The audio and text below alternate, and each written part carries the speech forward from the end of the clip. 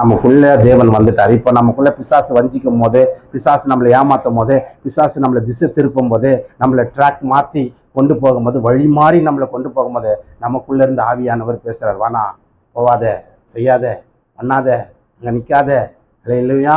அப்போ நம்மளே என்ன பண்ணுறோம்? மனசு பதறி பேசிடுறோம், கெட்ட வார்த்தை பேசிடுறோம், திட்டிடுறோம், ஏதோ ஒன்று பண்ணிடுறோம்னு வச்சுங்க. அப்புறம் என்ன பண்ணுறோம்? நம்ம போய் ஜெபம் பண்ணும் போது, ஆண்டவரே தெரியாத பேசிட்டேன், நான் மன்னிச்சிருங்க, ஏதோ பதட்டப்பட்டு அவசரப்பட்டு கோபத்தில் வார்த்தையெல்லாம் விட்டுட்டேன், என்னை மன்னிச்சிருங்க ஆண்டவர்னு சொல்லி மனம் கசந்து பேதுரு மாதிரி ஜெபம். பேதுரு அப்படி தான் ஏடா கூடமா திட்டான் ஆண்டவரை. அப்புறம் போய் ஃபீல் பண்ணுறான், அழுகுறான், ஆண்டவரே என்னை மன்னிச்சிருங்க ஆண்டவர்னு சொல்லி. அதனால தான், ஏன்னா அந்த ஆவியானவர் நமக்குள்ளே இருக்கிறதுனால தான். பாருங்கள், உண்மையிலே சொல்கிறேன், அபிஷேகம் பெற்றவன், பரிசுத்த ஆவியை பெற்றவன், உண்மையாக தேவனை விசுவாசித்தவன் கொஞ்சம் பின்னால் போனாலும், எங்கேயாவது சுற்றி கித்தி கடவுள் எனக்கு அதை செய்யல இது செய்யல கோபத்தில் வெளியே போனாலும், அவன் எங்கே இருந்தாலும் திருப்பி அவன் என்ன பண்ணுறாரு? ரட்சித்துறார், அவனை காப்பாற்றிடுறார், அவனை தேற்றிக்கிறார், அவனை தூக்கின்னு வந்து நிறுத்திடுறார். ஏன்னா அவனுக்குள்ள ஆண்டவருடைய அன்பு ஊற்றப்பட்டிருக்கிறதுனால அவனை காப்பாற்றி தூக்கின்னு வந்து தட்டி கொடுத்து நிறுத்தி அவனை ஸ்டடி பண்ணிடுறாரு. ஹல்லேலூயா! அதுதான் தேவன்.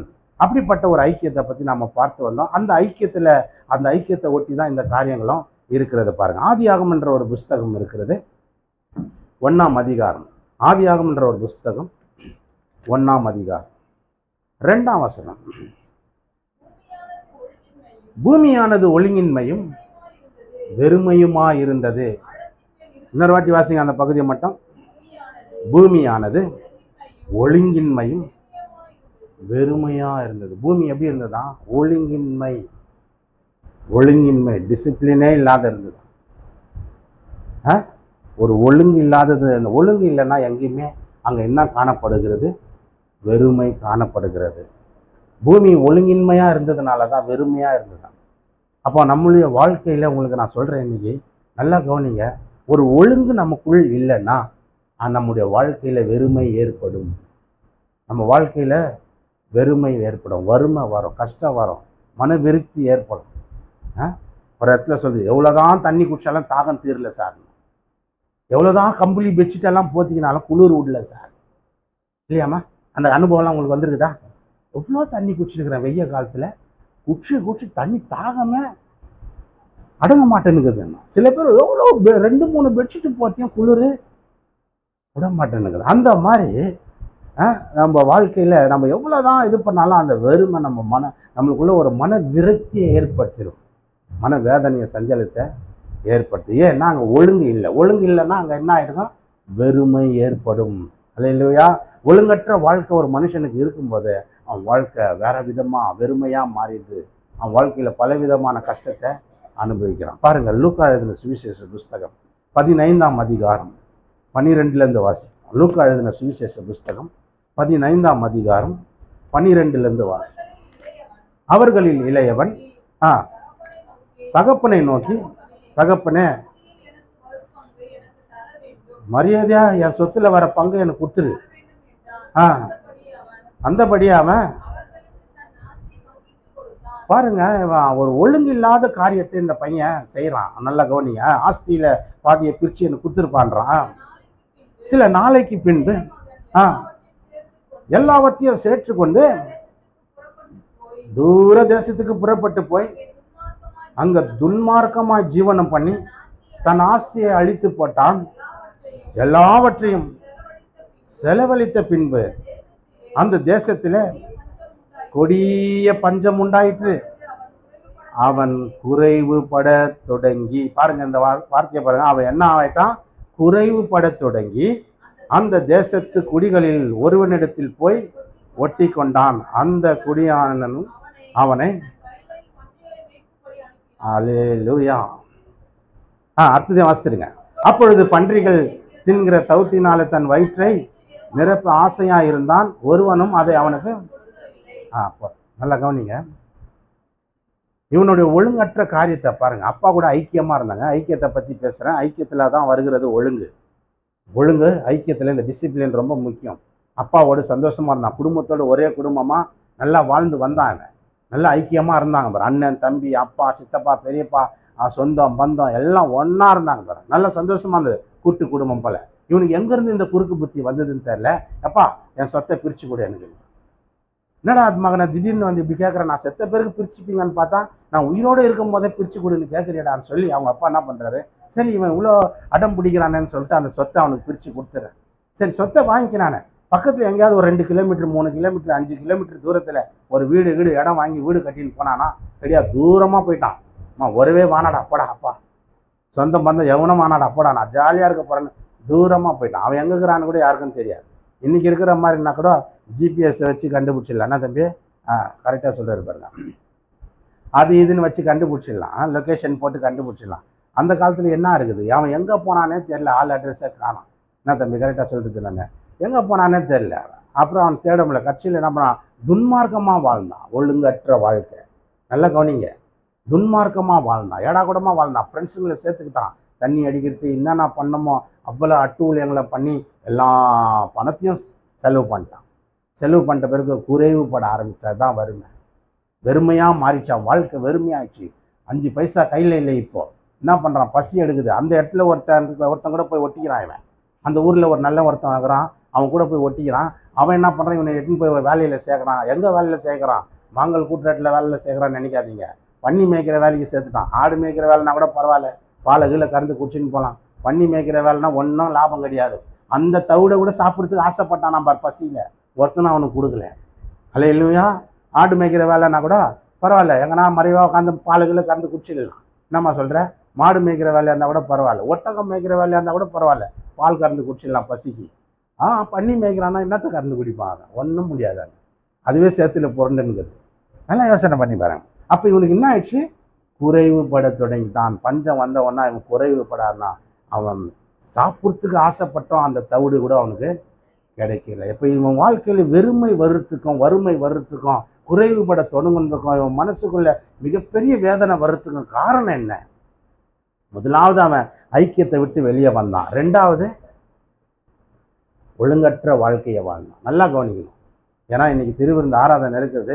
நம்ம வாழ்க்கையில் சில ஒழுங்கற்ற முறையில் வாழும் பொழுது நிச்சயமாக நம்மளுடைய ஏடாகுடமாக தான் இருக்கும். நம்ம வாழ்க்கை ஏடாகுடமாக தான் இருக்கும். அவன் முதல் ஐக்கியத்தை விட்டு வெளியே வந்தான். ஃப்ரெண்ட்ஷிப், அந்த தொடர்பை விட்டு, அந்த உறவை விட்டு, அப்பான்ற உறவு, அண்ணன் தம்பின்ற உறவு, இப்படி சொந்தம் பந்தன்ற உறவை விட்டு முதல்ல வெளியே வந்தான். ஃபஸ்ட்டு தான் ஐக்கியத்தை விட்டு வெளியே போயிட்டான். இதுவே இவனுக்கு பெரிய பிரச்சனை. அல்லேலூயா. ஃப்ரெண்டு எல்லா காலத்துலேயும் ஃப்ரெண்டாக தான் இருப்பான். இடுக்கண்ணில் உதவ தான் சகோதரன் பிறந்திருக்கிறான். அந்த வசனம் சூப்பராக இருக்கும். ஃப்ரெண்டு, நண்பன் எல்லா காலத்துலேயுமே சிநேகிதனாக இருப்பான். சிநேகிதன் எல்லா காலத்துலேயும் சிநேகிதன் தான். அவன் தாத்தாவானாலும் அவன் ஃப்ரெண்டு தான். அல்லேலூயா. நீ வாலிபனாக இருக்கும் போது உனக்கு ஃப்ரெண்டு, கல்யாணம் ஆகிட்டு புருஷனாக மாறினாலும் உனக்கு ஃப்ரெண்டு, நீ தாத்தாவானாலும் உனக்கு ஃப்ரெண்டு தான். ஆனால் இடுக்கண்ணில், கஷ்டத்தில், திடீர்னு ஏதாவது ஒரு ஆபத்தில் உதவுறதுக்கு தான் யார் பிறந்திருக்கிறாவா? உடன்பிறப்பு. அல்லேலூயா. அப்போ இவன் என்ன பண்ணுறான், ஃபஸ்ட்டு அந்த ஐக்கியத்தை கட் பண்ணுறான். அந்த உறவுலேருந்து தொடர்பு துண்டித்து வெளியே வரான். வெளியே வந்த பிறகு ஒழுங்கற்ற வாழ்க்கையை வாழ்கிறான். சரி வந்தானே, நல்லா போய் ஒரு இடத்த வாங்கி, வயல் வாங்கி, டிராக்டர் வாங்கி, உழுது சேடை கிட ஓட்டி, நாற்று நட்டு, பெரிய வயல்களை நல்லா இது பண்ணியிருக்கலாம். அப்படியும் செய்யலை. எல்லா பணத்தையும் குச்சியாக அழிச்சிக்கிறான். அல்லேலூயா. ஏடாகுடமாக வாழ்ந்துட்டானா. அதனால தான் ஒழுங்கற்ற வாழ்க்கை. 2 காரியத்தை சொல்கிறேன். 1 ஐக்கியத்தை விட்டு வெளியே வரும்போது, 2வது ஒழுங்கற்ற வாழ்க்கை வாழும்போது அவன் வாழ்க்கை சூனியமாக மாறி விடுகிறது. ஏடாகுடமாக ஆகிடுது. அவன் வாழ்க்கையில் வெறுமை மேலே வெறுமை வந்து அவன் மனசு அவன் இருக்கிறத விட செத்து போயிடலாமான்ற மாதிரி யோசனை பண்ணுறான். என்னடா சாப்பாடு எனக்கு இவ்வளோ கஷ்டமாக இருக்குதே அப்படின்ற மாதிரி ரொம்ப ஃபீல் பண்ண ஆரம்பிச்சிடுறான். ரொம்ப வேதனைப்பட ஆரம்பிச்சிடுறான். அதனால தான் நான் சொல்கிறேன், ஏதேன் தோட்டத்தில் ஃபஸ்ட்டு பாருங்கள், ஆண்டவர்கிட்டேருந்து ஒரு ஐக்கியத்தை விட்டானுங்க. இவன் யார்கிட்ட போய் ஐக்கியத்தை வச்சானுங்க? சாத்தாங்கிட்ட வச்சிட்டாங்க. ஆதாம் ஏவாளை ஃபஸ்ட்டு ஆண்டவர் சாயந்தரமானா வருவார் அப்படின்னு ஜாலியாக இருந்த மனுஷன், சாத்தான் அந்த மரத்தில் வந்து உக்காந்துக்கின்னு சாப்பிடுன்னு சொல்லி தொல்லை கொடுத்தவனா சாத்தான் பேச்சை கேட்டு அங்கே ஃப்ரெண்ட்ஷிப் வச்சானுங்க. அவ்வளோதான். ஃபஸ்ட்டு ஆண்டவர்கிட்டேருந்து ஃப்ரெண்ட்ஷிப் கட்டாச்சு. 2வது அந்த பழத்தை சாப்பிட்டதுனால ஒழுங்கற்ற வாழ்க்கை. இப்படி நான் பண்ணதுனால அந்த செழிப்பான இடத்த விட்டு, ஆசீர்வாதமான இடத்த விட்டு வெளியே வந்தான். கடவுளே அனுப்பிட்டார், போயிடு, இதுக்கப்புறம் நீ போய் கஷ்டப்பட்டு வேர்வை சிந்தி சாப்பிட்டு போ, இதுக்கப்புறம் நீ உக்காந்து சாப்பிட்ற வேலையெல்லாம் வச்சுக்கூடாதீங்க போ அப்படின்னு வெளியே அனுப்பிட்டார். நல்லா கவனிங்க. நம்ம வாழ்க்கையில் சில கஷ்ட நஷ்டங்கள் ஏன் வருது, நம்ம சில வெறுமையை ஃபீல் பண்ணுறோம். என்னடா நான் ஆண்டவர் பிள்ளை தானே நினைக்கிறோம். ஆனாலும் ஒழுங்கற்ற வாழ்க்கை நம்மளுக்குள்ள இருந்தாக்கா நிச்சயமாக வெறுமை வரும். அல்லேலூயா. நம்ம வாழ்க்கையில் ரொம்ப மன விருத்திக்குள்ளே போயிடுவோம், ரொம்ப நெருக்கத்துக்குள்ளே போயிடுவோம், ரொம்ப யோசிக்க ஆரம்பிச்சிடுவோம். நம்ம வாழ்க்கை மட்டும் ஏன்டா அப்படி இருக்குது? ஏன்னா ஒழுங்கற்ற வாழ்க்கை நம்மளுக்கு இருக்கக்கூடாது.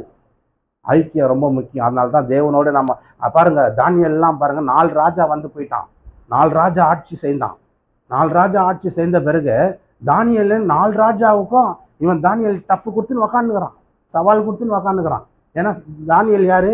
இன்னைக்கு நிர்மலா சீதாராமன் இருக்கிறாங்க இல்லையா, நிதி அமைச்சர் நம்ம இந்தியா தேசத்திற்கு. என்னம்மா யாருக்கும் தெரியலையா? நிதி அமைச்சராக இருந்தாங்க அன்னைக்கு. அந்த மாதிரி கணக்கு பார்க்குற நிதி அமைச்சராக தான் தானியல் இருந்தார். 4 ராஜா ஆட்சிக்கு வந்து போயிட்டாங்க. 4 ராஜா வந்து போனாலும் தானியலின் காரியமும் ஜெயமாக இருந்தது.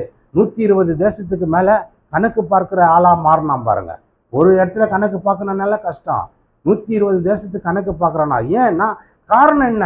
தானியல் தேவனோடு உறவு வைத்திருந்தவனா இருந்தான், தேவனோடு சஞ்சரிக்கிறவனா இருந்தான், தேவனோடு இருந்த ஒரு ஃப்ரெண்ட்ஷிப். என்ன தானியல் தினமும் 3 வேளை ஜபம் பண்ணுறவனா இருந்தான். அப்போ நம்ம ஜெபிக்கிற ஆளாக இருந்தாலே தேவனோடு உறவில் இருக்கிறோன்றதான்.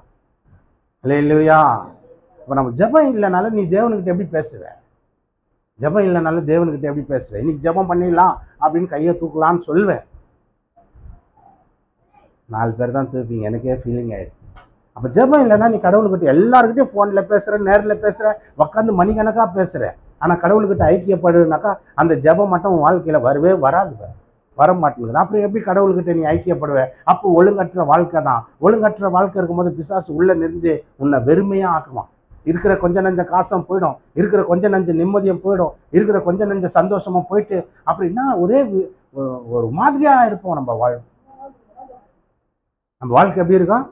ஒரு மாதிரியாக தான் இருக்கும் பாரு. என்னடா இது, எவ்வளோ வேலை செஞ்சாலும் ஒன்றும் நிற்க மாட்டேன், எவ்வளோ இது பண்ணாலும் ஒரு நிம்மதி இல்லை, ஒரு சந்தோஷம் இல்லை. அப்படியே முகத்தை பார்க்கும் போதே தெரியும் பாருங்க. முகத்தை பார்க்கும் போதே எப்படி தெரியும்? அல்லேலூயா. முகத்தை பார்க்கும்போது என்ன அப்படிங்கிற அப்படின்வாங்க, பேய் அறிஞ்ச மாதிரி இருக்கிறேன்னுவாங்க. சில பேர் இன்னும் வாடலாக இருக்குதுன்னுவாங்க, இன்னும் ஒரு மாதிரியாக இருக்கிறேன்னா. என்னதான் பண்ணுறது, சாப்பிட்டே இல்லையா அப்படின்னு. நல்லா தின்னுபிட்டு தான் வந்திருக்கான், பார்த்தா சாப்பிடாத மூஞ்சி மாதிரியே தெரியும். கர்த்தர் நல்லவர். அப்போ அதனால தான் சொல்கிறேன், இந்த பையன் பாருங்கள், முதல் ஐக்கியத்தை விட்டு வெளியே வரோம். அதான் நம்ம பண்ணுற தப்பு. அதனால தான் வேதம் சொல்லுகிறது, சபை கூடி வருவதை விட்டுறாத. சபை கூடி வரும்போது தான் தேவன் ஏதாவது அற்புதம் செய்வார், கிரியை செய்வார், பேசுவார், ஆரம்ப ஜபத்தில் தொடுவார், பாடல்களில் உனக்கு தேவ பிரசன்னம் வரும், ஆராதனையில் தொடப்படும், அதில் பிரசங்க நேரத்துலையாவது வசனத்தின் மூலமாக உன்னை தொடுவார், முடிவு ஜபத்திலையாவது உன்னை டச் பண்ணி அனுப்புவார், உனக்குள்ளே ஒரு அந்த வெறுமையை நீக்கி போடுவார், அந்த மன விருத்தியை நீக்கி போடுவார், அந்த துக்கத்தை மாற்றி போடுவார், உன் சஞ்சலத்தை எடுத்து போடுவார், உனக்கு ஒரு சந்தோஷத்தை கொடுப்பார். அதனால தான் சபை கூடி வருத விட்டுடாத அது. ஏன்னா அது ஒரு ஐக்கியம். அல்லேலூயா. கர்த்தர் நல்லவர் பாருங்க, கர்த்தர் எவ்வளோ பெரிய நல்லவர். இவனை பாருங்க, இவன் வாழ்க்கையில் நான் உட்காந்து இந்த இளையகுமாரனுடைய வாழ்க்கையை சிந்திச்சு பார்த்தேன். ஃபஸ்ட்டு உறவு கட் பண்ணுறான், அப்பா அம்மா சொந்தம் பந்தன்ற அந்த பாசத்துலேருந்து ஃபஸ்ட்டு வெளியே வரான். இது வெளியே வந்தாலே, ஏன்னா நீ ஏதாவது செஞ்சினாக்கா டக்குன்னு நான் ஒரு புத்தி சொல்வேன், ஏய் என்ன பண்ணுற செய்யாதேன்னு. அப்போ நீ உறவுலேருந்து வெளியே வந்துட்டீங்கன்னா உனக்கு யார் புத்தி சொல்வா? யாரும் இல்லை. வீட்டில் இருந்தியாவது உனக்கு புத்தி பற்றி சொல்கிறதுக்கு நீ ஏதாவது சும்மா எதுனா பண்ணால் கூட பக்கத்தில் இருக்கிற அண்ணன் தம்பி அக்கா தங்கச்சி சொல்லுவாங்க புத்திமதி, ஏய் இப்படி செய்யாதேன்னு. நீ தனியாக போயிட்டீங்கன்னா உனக்கு யார் சொல்லுவா? சொல்கிறதுக்கு ஆள் இல்லை. அப்போ இஷ்டம் போல் வாழ ஆரம்பிக்கிற. இஷ்டம் போல் வாழ ஆரம்பிக்கும் போது உங்ககிட்ட இருக்கிற எல்லா காசு பணமும் லாஸ் எல்லாம் போய் வெறுமை வந்துடுச்சு. குறைவு பட தொடங்கிட்டான், சாப்பாட்டுக்கே லாட்ரி அடிக்குது. அந்த மாதிரி நிலைமை வாழ்க்கையில் மாறுது. அதனால தான் சொல்கிறேன், உறவு ரொம்ப முக்கியம். என்ன உறவு? தானியேல் தேவனோடு பேசி கொண்டிருந்த உறவு. அவன் பெரிய நிதி அமைச்சர் தாங்க, கணக்கு பார்க்குறவன் தாங்க, ஆனாலும் தேவனோடு பேசி கொண்டிருந்தான். அதனால தான் 4 ஆட்சி மாறினாலும் அவன் அந்த இடத்துல ஸ்டெடியாக உக்காந்தான். அல்லேலூயா. தானியேலின் காரியம் ஜெயமாக இருந்தது. சிங்க கபியில் போட்டாலும் சிங்கம் ஒன்றுமே அவனை செய்யவே இல்லை. அல்லேலூயா. அதே மாதிரி யோசேப்பு பாருங்க, அவன் எத்தனையோ இடத்துல கொண்டு போய் போடப்பட்டாலும் அவன் தேவனோடு ஜெபிக்கிறவனா இருந்தான். எங்கே இருந்தான்?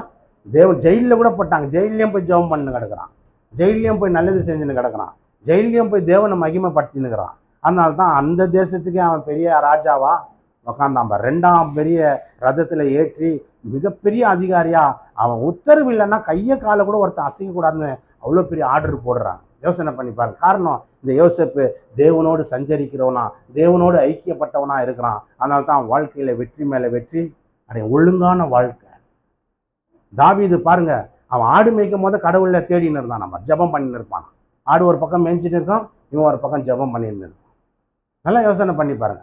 சாமுவேல் தீர்க்கதரிசி போறாரு, போய் இங்க ஆண்டவர் அபிஷேகம் பண்ணணும்னு சொல்லி அன்னைக்கு சொன்னார், அதனால தான் உங்க வீட்டுக்கு வந்துக்கிறேன். அப்போ அந்த வீட்டில் இருக்கிற அந்த தகப்பனார் என்ன பண்ணார், ஒருத்தனா கூட்டினதை நிற்க வைக்கிறேன். இவனா சார், இவன் கிடையாது, இவனா சார், இவனா, எப்படியே 7 பேர் போகுது. 8வது ஆள் இவன் யாருமே இல்லை, இன்னொருத்தங்கிறான் கூப்பிடுன்றான். கட்சியில் ஆடு மேய்ச்சினுக்கிறான் ஒருத்தன், கூப்பிட்டுவான். அவனை அபிஷேகம் பண்ணுறார். அபிஷேகம் பண்ண பிறகு அவன் பெரிய ராஜாவை வரான். ஏன் கடவுள் வேதம் சொல்லுகிறது, அவன் நாளுக்கு நாள் பலத்து போனானா, நாளுக்கு நாள் விருத்தி அடைந்தானா, அவன் செய்வதெல்லாம் அனுகூலமாச்சான். அவன் எங்கே போனாலும் வெற்றி மேலே வெற்றி பெற்றானா. காரணம், அவன் தேவனோடு சஞ்சரிக்கிறவனா இருந்தான். அல்லேலூயா. தாவீது தேவனோடு சஞ்சரிக்கிறவனா, தேவ ஐக்கியத்திலேருந்து, அந்த உறவுலேருந்து, அந்த தொடர்புலேருந்து அவன் வெளியே வரவே இல்லைங்க. அதனால தான் கடவுள் அவனை பார்த்து சொல்கிறார், என் இருதயத்துக்கு ஏற்றவன்டான். அவன் ஒய்ஃப் ஜன்னல் வழியாக பார்த்துட்டு அவனை திட்டுது, என்ன டான்ஸ் ஆடின்னு வரானேன்னு சொல்லிட்டு. கடவுளுக்கு முன்னால் இன்னும் கூட நான் என்னை தாழ்த்தி ஆடுவேன்றான். அப்போ கடவுளுக்கு எவ்வளோ இம்பார்ட்டன்ட் கொடுக்குறான், கடவுளுக்கு எவ்வளோ முக்கியத்துவம் கொடுக்குறான்றத நல்லா யோசனை பண்ணி பாருங்க. நல்லா யோசனை. அவன் மனைவி திட்டுது, அவன் என்ன பண்ணுறான், மனைவியை கூட பெருசாக பார்க்கல. கடவுள் ஆண்டவருக்கு முன்னால், அந்த உடன்படிக்கை பெட்டிக்கு முன்னால் இன்னும் தாழ்த்தி ஆடுறான். கடவுளோட உறவு அப்படிப்பட்ட உறவு. யோசேப்பு ஜெயிலில் போய் நன்மையை செஞ்சு ஆண்டவரை பற்றி பேசின்னு கிடக்குறான். கடவுளோடு இருக்கிற உறவு என்ன, ஜெயிலில் போட்டார் ஆண்டவர், அப்படியெல்லாம் முகம் கோணலை, சுளிக்கல, முறுமுறுக்கலை, எல்லாம் அங்கேயும் போய் ஆண்டவரை மகிமைப்படுத்தின்னு கிடக்குறான். நல்லா யோசனை பண்ணி பாருங்க. தானியேல் சிங்க கபில போடுவாங்க சொன்னால் அங்கேயும் போய் 3 வேளை ஜெபம் பண்ணுகிறான். அப்போ இவங்கெல்லாம் தேவனோடு உறவு இருந்ததுனால தான், அந்த ஐக்கியம் இருந்ததுனால தான் அவங்க வாழ்க்கையில் மிகப்பெரிய வெற்றியை அடைந்தார்கள். உங்கள் வாழ்க்கையில் ஜெபம் இல்லைன்னா அது தேவனோடு உறவே உனக்கு இல்லை. பைபிள் மட்டும் படிக்கிறேன் சார், ஜெபம் ஏன் பண்ண மாட்டேன்ற? பைபிள் படிக்கிறது கடவுள் உங்ககிட்ட பேசுறது, ஜெபம் பண்ணுறது நீ கடவுள்கிட்ட பேசுறது. பைபிள் படிக்கும் போது வேத வார்த்தை உங்ககிட்ட பேசுது, டான் டான்னு. ஜெபம் பண்ணும்போது நீ கடவுள்கிட்ட பேசுறது. அப்போ இந்த 2 உறவும் உனக்கு 2 கண்ணு மாதிரி, இது 2 வேணும். 2மே இல்லைன்னா அது வேஸ்ட்டு தான் அந்த வாழ்க்கை. அந்த வாழ்க்கையில் வெறுமை வரும், கஷ்டம் வரும், மன விரக்தி, நிம்மதி. எவ்வளோதான் தண்ணி குடிச்சாலும் தாக அணுகலைன்ற மாதிரி நீ எவ்வளோதான் ஓடி ஓடி உழைச்சாலும் உனக்குள்ளே ஒரு நிறைவு இருக்காது, ஒரு சந்தோஷம் இருக்காது, நிம்மதி இருக்காது. என்னன்னே தெரில சார். சூனியம் வச்சது போலவே தான் இருக்கும். ஒரு ஒழுங்கு நம்மளுக்கு தேவை.